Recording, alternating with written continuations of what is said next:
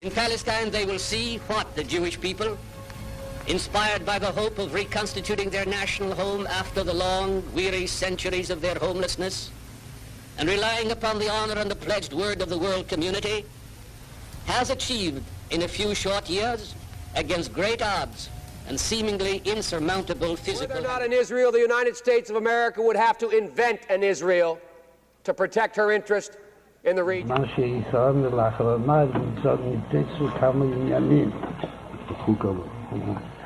מה שרואה עוד, וגם משהו שעדיין משאיר ליבו, אז הייתה מה שהוא ומה ידיעתו.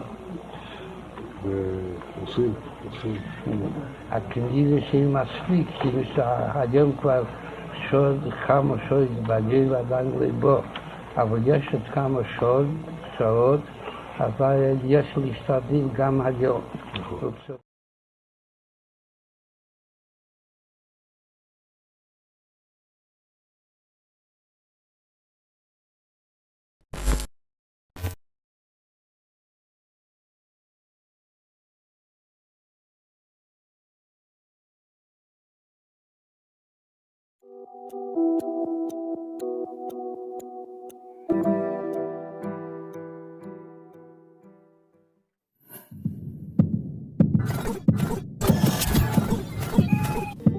Sejarah selalu dianggap tidak objektif karena dicatat atau diriwayatkan oleh manusia yang mungkin mempunyai pandangan berbeda, bahkan salah. Hal ini disebabkan pengetahuan dan pandangan masing-masing penulis itu sendiri sehingga bisa berbeda atau bahkan bertentangan.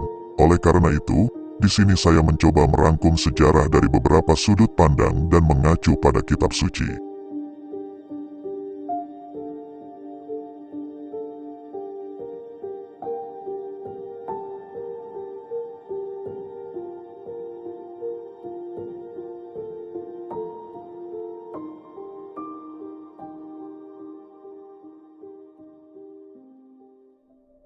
Sejarah dimulai dari Nabi Ibrahim. Dalam catatan Taurat dan Injil, Allah berjanji kepada Nabi Ibrahim bahwa Dia akan memberkati umatnya. Melalui Nabi Ibrahim, seluruh bangsa di muka bumi akan mendapat keberkahan. Dalam perjanjian tersebut, Allah memerintahkan Nabi Ibrahim untuk meninggalkan negaranya karena masyarakat di negara tersebut telah tersesat. Maka demi melaksanakan perintah Allah Subhanahu wa Ta'ala, Nabi Ibrahim berangkat ke tanah Kanaan. Lalu sesampainya di sana, Allah kemudian bersabda kepada Nabi Ibrahim, "Tanah ini akan kuberikan kepada keturunanmu." Dan kemudian Nabi Ibrahim menetap di tanah Kanaan dan kemudian mendirikan tempat ibadah. Singkat cerita, setelah Nabi Ibrahim wafat, Allah kembali menegaskan janjinya kepada Nabi Ishak, "Aku akan bersamamu dan memberkatimu, dan aku akan menepati janjiku yang telah kubuat kepada Abraham ayahmu. Aku akan menjadikan keturunannya yang banyak itu bagaikan bintang-bintang di langit, dan melalui keturunannya semua bangsa di bumi akan diberkati." Dari garis keturunan Nabi Ishak inilah kelak lahir dua agama besar di dunia, yaitu Yahudi dan Nasrani. Nabi Ishak kemudian mempunyai seorang putra bernama Yakub yang diberi gelar Israel, yang artinya kekasih Allah, dan Nabi Yakub mempunyai 12 orang anak. Dari 12 orang anak inilah yang kemudian dikenal sebagai Bani Israel, dan salah satunya adalah Nabi Yusuf alaihissalam. Singkat cerita, bangsa Mesir dan Amori menjajah tanah Kanaan. Karena tekanan tersebut akhirnya Bani Israel melakukan migrasi besar-besaran dari tanah Kanaan menuju kawasan Sungai Nil di Mesir Utara, dan membentuk kehidupan sosial baru. Dan menurut teori yang ada, masa inilah Nabi Yusuf alaihissalam diperkirakan masih hidup, dan menurut sejarah, Bani Israel juga berhasil melakukan kudeta terhadap Raja Mesir kuno saat itu. Singkat cerita, Bani Israel yang tinggal di daerah Sungai Nil kemudian kembali ditindas oleh dinasti Mesir ke-18. Oleh karena itu pada periode berikutnya para Firaun mulai memperhitungkan keberadaan Bani Israel agar kejadian sebelumnya tidak terjadi lagi. Hal ini pula yang membuat para Firaun selanjutnya selalu berusaha menguasai seluruh masyarakat Bani Israel. Bani Israel yang tersisa dari penindasan dinasti ke-18 kemudian menjadi budak Firaun Ramses II. Dan kemudian Nabi Musa alaihissalam diutus untuk menyelamatkan Bani Israel dari kekejaman Firaun. Saat itu Nabi Musa dibantu oleh saudaranya, yaitu Nabi Harun alaihissalam. Kemudian Allah memerintahkan Nabi Musa untuk membawa Bani Israel meninggalkan Mesir dan kembali ke tanah perjanjian Kanaan. Singkat cerita, setelah mereka melewati Laut Merah dan mulai menuju ke tanah perjanjian, sifat menggerutu Bani Israel mulai terlihat ketika dalam kondisi tertentu mereka mulai menggerutu meragukan keputusan Nabi Musa yang telah membawa mereka keluar dari Mesir. Dalam kondisi lain dijelaskan bahwa ketika mereka disuruh untuk merebut kembali tanah perjanjian, mereka malah menyuruh Nabi Musa dan Tuhannya sajalah yang menghadapi orang-orang tersebut. Mereka takut menghadapi orang-orang yang telah menduduki tanah Kanaan, hingga akhirnya Nabi Musa tidak pernah berhasil membawa Bani Israel ke tanah perjanjian. Singkat cerita, ketika Nabi Musa hendak wafat, Tuhan menemui Nabi Musa dan Yosua bin Nun untuk memberikan peringatan.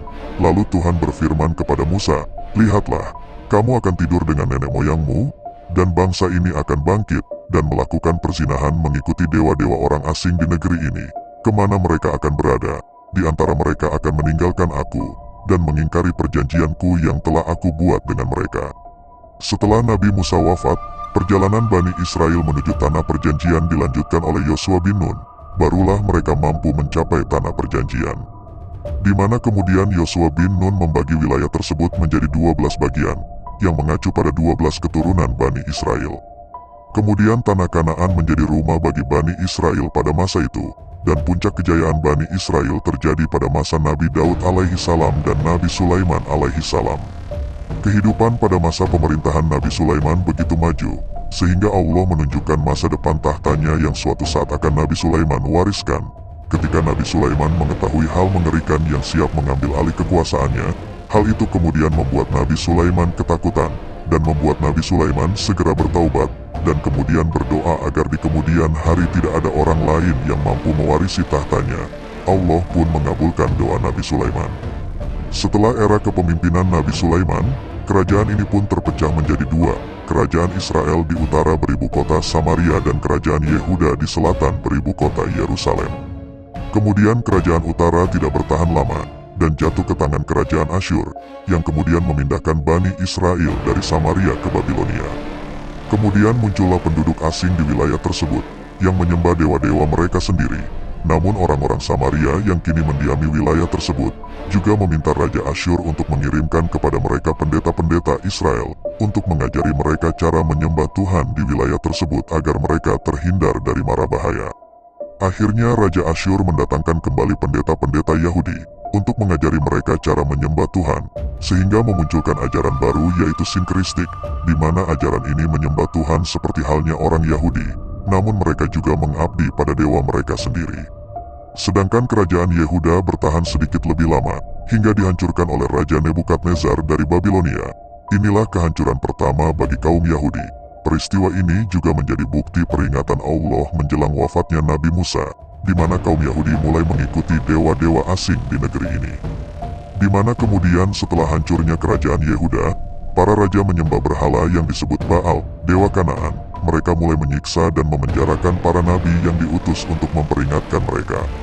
Singkat cerita, ketika Raja Persia menaklukkan Babilonia, Raja Persia kemudian memperbolehkan orang-orang Yahudi untuk kembali ke tanah Kanaan. Atas kejadian tersebut, kaum Yahudi kemudian membangun kembali Bait Suci kedua, yang mana dalam kurun waktu tersebut, kaum Yahudi membangun kekuatan baru dan berhasil menghidupkan kembali komunitas Yahudi serta memperbanyak keturunannya.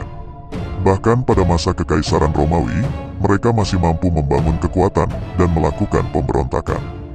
Dan pada periode kedua ini, Bani Israel kembali melakukan berbagai penyimpangan, seperti menghalalkan riba dan menyiksa serta membunuh nabi yang diutus Allah Subhanahu wa Ta'ala, serta menolak Isa Al-Masih dan melakukan makar untuk membunuhnya.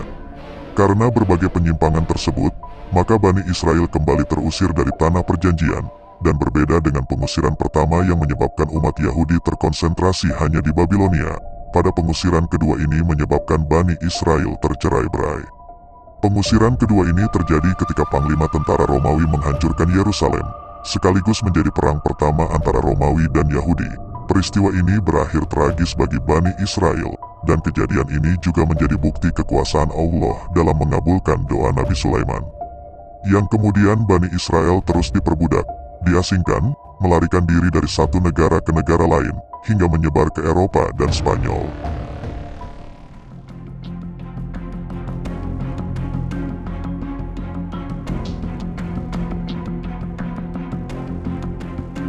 Terkait riwayat sejarah yang panjang dan rumit ini, apakah Yerusalem masih merupakan tanah yang dijanjikan Allah kepada mereka, Bani Israel? Fundamental mengenai tanah perjanjian ini terdapat dalam Alkitab dan Al-Quran. Pernyataan ini tertulis jelas dalam Mazmur 37 pasal 29. Pernyataan serupa juga terdapat dalam ayat Al-Quran, yakni dalam surat Al-Anbiya ayat 105. Singkat cerita, semenjak masyarakat Yahudi hidupnya tercerai-berai, sebagian dari mereka memilih untuk merantau ke Arab, sehingga ada keturunan dari Bani Israel yang bertemu dengan Nabi Muhammad Sallallahu Alaihi Wasallam di Madinah. Hingga tiba saat di mana umat Islam mampu membebaskan Yerusalem dari penjajahan Romawi pada era Khulafaur Rasyidin. Umar bin Khattab, kota ini kemudian dibuka untuk semua kalangan, tidak hanya umat Islam, namun juga Yahudi dan Nasrani. Kehidupan damai ini tidak berlangsung lama, ketika kembali terjadi perang di Yerusalem, antara umat Islam dan Kristen yang dikenal dengan Perang Salib, sehingga hal ini juga menciptakan jurang kebencian antara Islam dan Kristen. Terdapat sebuah teori konspirasi mengenai kejadian ini, namun fokus utama pembahasan kita kali ini adalah Tanah Perjanjian. Setelah sebelumnya Yerusalem dikuasai tentara salib, kini Yerusalem kembali dikuasai umat Islam di bawah kekuasaan Ottoman. Beberapa tahun kemudian, di belahan dunia lain, tepatnya di kota Wina, Austria, seorang Yahudi bernama Theodor Herzl menulis buku tentang gagasan pendirian negara Yahudi. Gagasan mendirikan negara Yahudi ini kemudian dikenal dengan nama Zionisme. Bagi Herzl, mendirikan negara Yahudi merupakan solusi atas permasalahan komunitas Yahudi. Singkat cerita, Theodor Herzl kemudian memberanikan diri meminta Kesultanan Utsmaniyah agar memberikan sebagian wilayah di Palestina kepada kaum Yahudi. Permintaan ini tetap ditolak mentah-mentah oleh Sultan Abdul Hamid II. Herzl pantang menyerah meski ditolak berkali-kali. Herzl bahkan berani menyuap Sultan Abdul Hamid II, namun usahanya tetap sia-sia. Singkat cerita, ketika Kekaisaran Ottoman runtuh setelah Perang Dunia Pertama, Yerusalem jatuh di tangan penjajahan Inggris. Dari kejadian tersebut, seorang pakar politik konservatif Inggris sekaligus Menteri Luar Negeri Inggris, Arthur James Balfour, yang juga seorang Yahudi Zionis kemudian melobi seorang bankir Yahudi yaitu Walter Rothschild. Arthur kemudian mengirimkan surat kepada Rothschild meminta Rothschild memberikan dukungan bagi berdirinya negara Israel. Negara Israel kemudian disahkan melalui deklarasi Balfour. Namun keberadaan negara Israel tidak serta-merta langsung eksis. Hal ini juga mengundang pertentangan dari banyak pihak, dan juga menuai pertentangan dari komunitas Yahudi itu sendiri. Sebagian orang Yahudi berpendapat bahwa berdirinya negara Israel saat ini merupakan suatu bentuk ketidaktaatan kepada Tuhan, di mana Tuhan dengan sengaja menjadikan masyarakat Yahudi hidup tanpa negara, yang merupakan bentuk hukuman dari Tuhan karena melanggar perintah Tuhan, sehingga sebagian orang Yahudi juga mempercayai bahwa mereka harus menunggu kedatangan Isa Al-Masih untuk menyelamatkan mereka dan membawa mereka kembali ke tanah perjanjian sebagaimana Musa membimbing orang-orang Yahudi ke tanah Kanaan. Beberapa tahun kemudian, terjadi tragedi kelam yang menimpa kaum Yahudi di Jerman. Di bawah perintah Adolf Hitler, Nazi Jerman kemudian melakukan genosida yang kita kenal sebagai Holocaust, di mana dikabarkan banyak orang Yahudi yang menjadi korban teror Nazi Jerman. Hal ini memicu ketakutan di kalangan orang Yahudi di seluruh dunia. Peristiwa ini pun menjadi dorongan besar bagi para imigran etnis Yahudi untuk segera berangkat ke Yerusalem. Populasi imigran etnis Yahudi pun menjadi meningkat drastis sejak saat itu. Sejak saat itu, kebijakan pro-Yahudi mulai diterapkan oleh Inggris. Bendera Zionis diperbolehkan berkibar, sedangkan bendera Arab dilarang. Merasakan angin segar, aktivis dan media Zionis mulai berkampanye untuk pengusiran total etnis Arab. Bentrokan mulai terjadi antara etnis Arab dan imigran Yahudi yang semakin banyak berdatangan secara masif. Masyarakat yang semula tinggal di Yerusalem kemudian mulai terusir dari tanah tempat mereka tinggal. Puncaknya kemudian terjadi pada tahun 1948, ketika para pemimpin Zionis mulai menyepakati rencana Delet. Rencana ini merupakan aksi terencana untuk melakukan pembersihan etnis terhadap warga Palestina, di mana kemudian Israel memproklamirkan kemerdekaannya dan Inggris secara resmi melepaskan mandatnya di Palestina. Kejadian inilah yang kemudian berlanjut hingga sekarang, di mana Zionis terus memperluas wilayahnya di Palestina. Here is just a crown, that means the crown of the Torah, and here is just the beginning of each the Ten Commandments.